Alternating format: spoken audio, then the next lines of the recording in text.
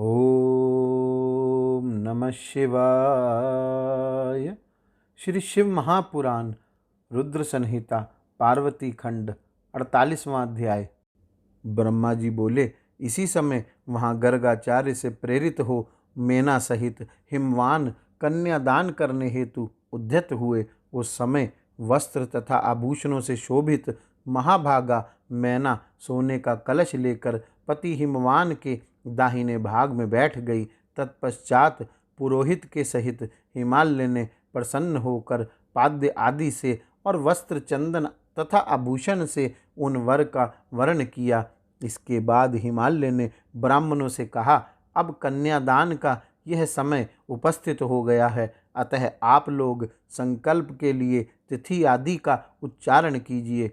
उनके यह कहने पर काल के ज्ञाता श्रेष्ठ ब्राह्मण निश्चिंत होकर प्रेम पूर्वक तिथि आदि का उच्चारण करने लगे। तब सृष्टिकर्ता परमेश्वर शंभु के द्वारा हृदय से प्रेरित हुए हिमालय ने हंसते हुए प्रसन्नता के साथ शिव जी से कहा, हे शंभु, अब आप अपने गोत्र, प्रवर, कुल, नाम, वेद तथा शाखा को कहिए, विलंब मत कीजिए। ब्रह्मा जी बोले, उन हिमालय की यह बात सुनकर भगवान शंकर प्रसन्न होते हुए भी उदास हो गए और शोक के योग्य ना होते हुए भी शोक युक्त हो गए।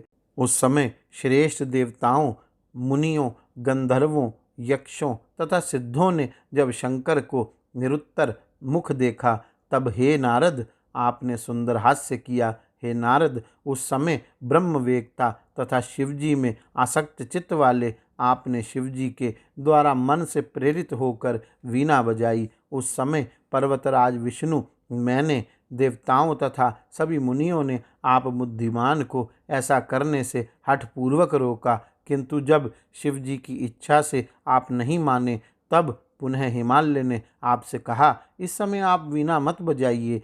हे बुद्धिमान, हे देवऋषि, जब उन्होंने हठपूर्वक आपको मना किया, तब आप महेश्वर का स्मरण करके हिमालय से कहने लगे। नारद जी बोले, हे पर्वतराज, आप मूढ़ता से युक्त हैं, अतः कुछ भी नहीं जानते। महेश्वर के विषय में कथनीय बातों से आप सर्वथा अनभिज्ञ हैं। आपने इस समय जो इन साक्षात महेश्वर से गोत्र बताने के लिए कहा है, वह वचन अत्यंत हास्यपद है। हे पर्वत, ब्रह्मा, विष्णु आदि भी इनका गोत्र, कुल, नाम नहीं जानते, दूसरों की क्या बात कही जाए। हे शैल, जिनके एक दिन में करोड़ों ब्रह्मा लय को प्राप्त हो जाते हैं, उन शंकर का दर्शन आपने आज काली के तप के प्रभाव से ही किया है। ये प्रकृति से परे पर ब्रह्म, अरूप, निर्गुण, निराकार, निर्विकार, मायाधीश तथा परात्पर हैं। ये स्वतंत्र, भक्तवत्सल और गोत्र, कुल तथा नाम से सर्वथा रहित हैं। ये अपनी इच्छा से ही सगुण, सुंदर शरीर वाले तथा अनेक नाम वाले हो जाते हैं। ये गोत्रहीन होते हुए भी श्रेष्ठ गोत्र वाले हैं, कुलहीन होते हुए भी उत्तम कुल वाले हैं, और आज पार्वती के तप से आपके जमाता हुए हैं, इसमें संदेह नहीं है। उन लीला विहारी ने चराचर सहित जगत को मोहित कर रखा है। हे गिरिशतम, कोई महान ज्ञानी भी इन्हें नहीं जानता। ब्रह्मा जी भी लिंग की आकृति वाले महेश के मस्तक को नहीं देख सके। विष्णु भी पाताल तक जाकर इन्हें नहीं प्राप्त कर पाए और आश्चर्यचकित हो गए। हे गिरिश्रेष्ठ, अधिक कहने से क्या लाभ। शिव जी की माया बड़ी दुरस्तर है। त्रैलोक्य और विष्णु, ब्रह्मा आदि भी उसी माया के अधीन हैं। इसलिए हे पार्वती तात, प्रयत्न पूर्वक भली भांति विचार करके आप वर के गोत्र, कुल एवं इस प्रकार के वर के संबंध में थोड़ा भी संदेह मत कीजिए। ब्रह्मा जी बोले, हे मुने, ऐसा कहकर ज्ञानी तथा शिव की इच्छा से कार्य करने वाले आप पर्वतराज को अपनी वाणी से हर्षित करते हुए पुनः उनसे कहने लगे। नारद जी बोले, हे तात, हे महाशैल, हे शिवाजनक, आप मेरी बात सुनिए तथा उसे सुनकर शंकर जी को अपनी कन्या प्रदान कीजिए। अपनी लीला से अनेक रूप धारण करने वाले सगुण महेश का गोत्र तथा कुल केवल नाद ही जानिए। शिव नादमय है और नाद भी शिवमय है। यही सत्य है। शिव तथा नाद इन दोनों में भेद नहीं है। सृष्टि के आरंभ में लीला से सगुण रूप धारण करने वाले शिव के द्वारा सर्वप्रथम नाद की उत्पत्ति होने के कारण वह श्रेष्ठ है। इसलिए हे हिमालय, अपने मन में सर्वेश्वर शिव से प्रेरित होकर मैंने आज वीणा बजाई है। ब्रह्मा जी बोले, हे मुने, गिरीश्वर हिमालय आपका यह वचन सुनकर संतुष्ट हो गए और उनके मन का विस्मय जाता रहा। तब विष्णु आदि वे देवता एवं मुनि विस्मय रहित हो साधु साधु ऐसा कहने लगे। सभी विद्वान लोग महेश्वर के गांधीर्य को जानकर विस्मित होकर परम आनंद में निमग्न हो परस्पर कहने लगे, जिनकी आज्ञा से यह विशाल जगत उत्पन्न हुआ है और जो पर से भी परे निज बोध स्वरूप और स्वतंत्र गति वाले एवं उत्कृष्ट भाव से जानने योग्य हैं, उन त्रिलोकपति शिव को आज हम लोगों ने भलीभांति देखा। तदंतर वे सुमेरु आदि सभी श्रेष्ठ पर्वत संदेह रहित होकर एक साथ पर्वतराज हिमालय से कहने लगे।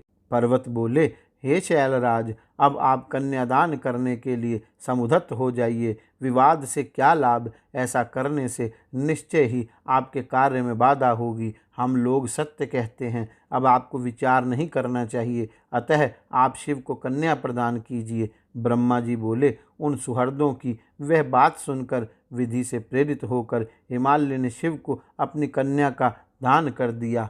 उन्होंने कहा, हे परमेश्वर, मैं अपनी कन्या आपको दे रहा हूँ। हे सकलेश्वर, आप भार्या के रूप में इसे ग्रहण कीजिए और प्रसन्न होइए। इस प्रकार तीनों लोकों को उत्पन्न करने वाली अपनी कन्या पार्वती को हिमालय ने इस मंत्र से उन महान शिव को अर्पण कर दिया। इमां कन्यां तुभ्यमहं ददामि परमेश्वर, भार्यार्थ परिग्रहिष्व प्रसीद सकलेश्वर।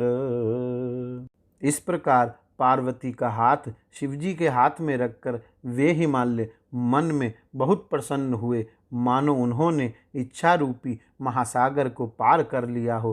पर्वत पर शयन करने वाले परमेश्वर ने प्रसन्न होकर अपने हाथ से वेद मंत्र के द्वारा पार्वती का कर कमल ग्रहण किया। हे मुने, लौकिक गति प्रदर्शित करते हुए पृथ्वी का स्पर्श कर महादेव ने भी कुअदात इस काम संबंधी मंत्र का प्रेम पूर्वक पाठ किया।